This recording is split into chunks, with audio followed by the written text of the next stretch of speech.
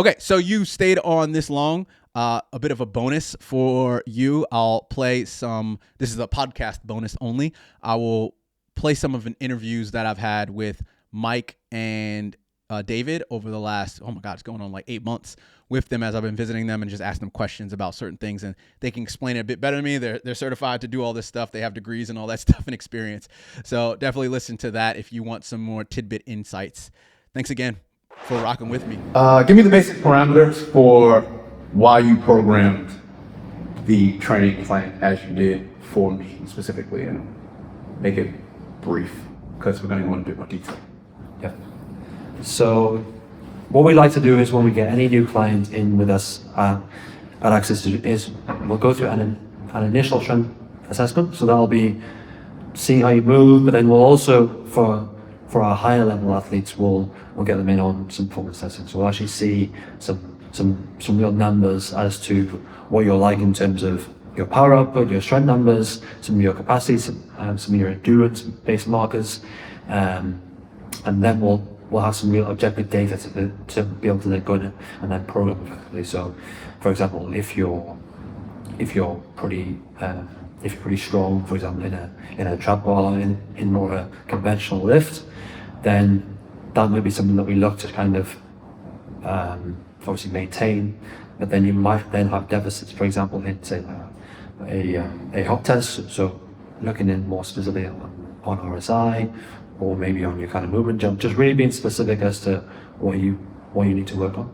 Yeah, I'd probably say, man, just from like a physio perspective, we look at injury history, like what your training loads are currently at, to then give you some things to complement, like the things that are really training those physical qualities. So, for example, if you've had Achilles problems or you've had calf issues, then we're obviously then going to want to have some calf-specific work in your program. We're then going to want to then probably manage like how many contacts in regards to your intensive plyos you're sort of getting, and then that then obviously works around your current sort of training. All right, would the training plan that you prescribed to me be any different if I was not a distance runner? Like, let's say I was a 400, 800, no, sorry, not 800. Let's just say I was a 100, 200, 400 meter sprinter, hurdler. What do you have, decathlon or decathlon? Decathlon. Yeah, decathlon is crazy. If I was more in that range, or does it not matter?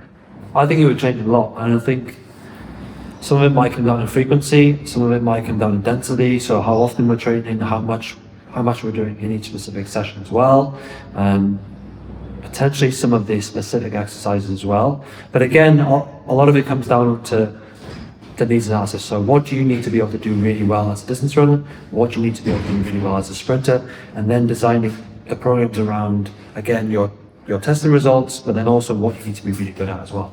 So if you're really good at something, if you see, for example, with athletes, you might get certain athletic types. So you might be a speed-based endurance athlete, right? So you always want to be catering towards that.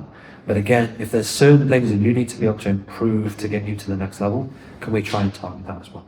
Can we try and focus in on some of the things which allow you to do your event at a high level? Yeah, and I'd say like across all sports, there's some common threads in regards to physical capacities that are sort of important. So even though there is going to be a difference, there will then probably be some similarities there, but the amount of specific things you do may vary. So a good example would be like obviously a sprinter, acceleration, you want to put as much force into the ground and you have time to do that. But then if we can then do that in regards to like a distance runner, that's then going to mean that their efficiency is going to improve, their stride distance is going to improve if you're putting more force into the ground. So it's sort of one of those things that they may have similar things within their program, but their outcome is going to be different sort of depending on their sport. And then obviously, yeah, your volume is going to change if you're sort of endurance or a sprinter. How does this one differ from general strength?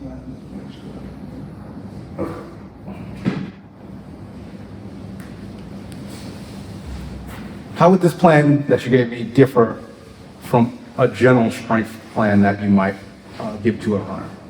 So, does that make sense? Because as I'm saying, no, does that make sense? But basically, regular runner Joe comes in. I am a different runner. I'm not better than him. one. Yeah. But I'm a different runner. I'm somewhat highly trained. I have different, like you were saying, specific strengths that and talent in certain areas that's different than a regular runner that comes plotting in.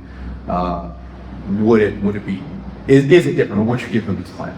Yeah, so I think just like you just touched on there, so your training history is probably going to come down, it's probably not the biggest effect. So for example, do you have a big training history in the gym? Because you might be a really good athlete, but you may never have trained on the gym. So I'm not going to give you particularly advanced exercises if you never step out of the gym. So I'm going to tailor it towards your actual training age within the gym. Was this plan that you gave me an advanced plan, like advanced exercise? I would say so because All right, I don't feel dumb then. No. Because you gave it to me. No, I'm sorry, you gave it to me. I was like, what the hell's going on? So we've had you in 3 times now. So we've come to know each other like relatively well. We've probably had about 5 hours exposure to you now. So we know relatively what you're good at, things that we kind of need to improve on. We've seen obviously all your testing results. So for you, it's probably quite an advanced endurance program. So there's probably not going to be loads of recreational athletes who are doing their 4-hour marathons who are going to come in and do a program to what you've been doing. But definitely there will be a big difference. And I probably compare it to something like a youth athlete when they're going through like a long-term athlete development model where they're starting off with the basics, they're learning how to move, they're learning basic fundamental movement patterns, squatting, hinging, pushing, pulling. And then once you get into it, once you've been doing it for a number of years, then suddenly be a bit more specific. So with you, really trying to target on strength and power, really trying working on some of those deficiencies in terms of the things that you need to be able to do to be able to keep you running and be able to get that training volume in as well. So yeah, definitely big difference between a recreational and a more advanced level. That's the way we're traditional.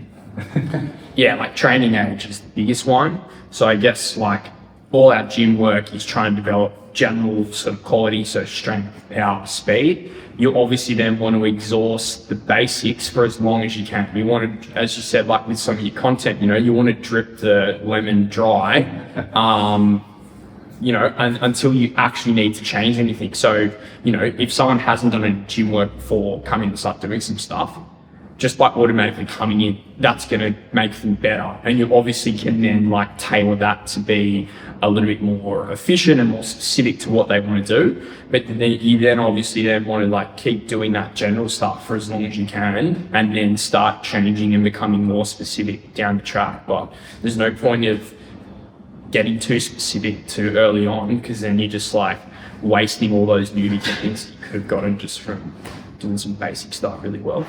All right, so this is the inverse of everything. How come there were no back squats in this? Because in my head, I'm like, runners need to do back squats. I like doing them, and I was like, no back squats. And why was there no, it's a loaded question, single leg work? Mainly the Bulgarian split squat thing, and lunges. How come you didn't prescribe that to me? I think it just comes down to what outcome are you looking to get? So rather than just going, I want to do a squat, kind of shoehorning it into a program, going, what specifically do I need to work on, and then picking your exercise. So a lot of people get kind of boxed into that thinking of, I need a back squat, I need a rear foot, I need a bench, I need to do all these specific exercises because that's what I know, that's what I like. And there's definitely a degree of picking exercises which you know and enjoy, but then also once you get to this level, where you're really trying to get those kind of diminishing returns, can we try and be really selective with our exercises and pick exercises based on needs rather than just on wants?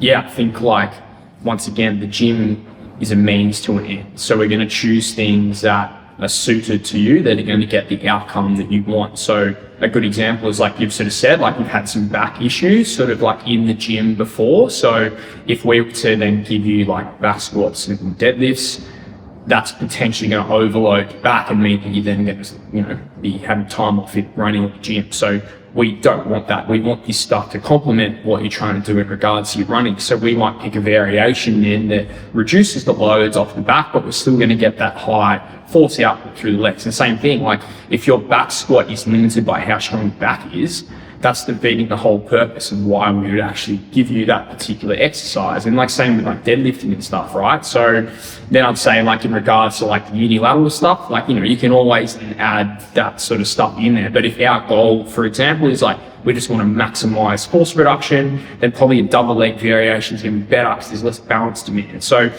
you know, there's technically no right or wrong. It's like, well, why, what do we want to achieve? And then choosing something specific to the individual and like what they're sort of wanting to do.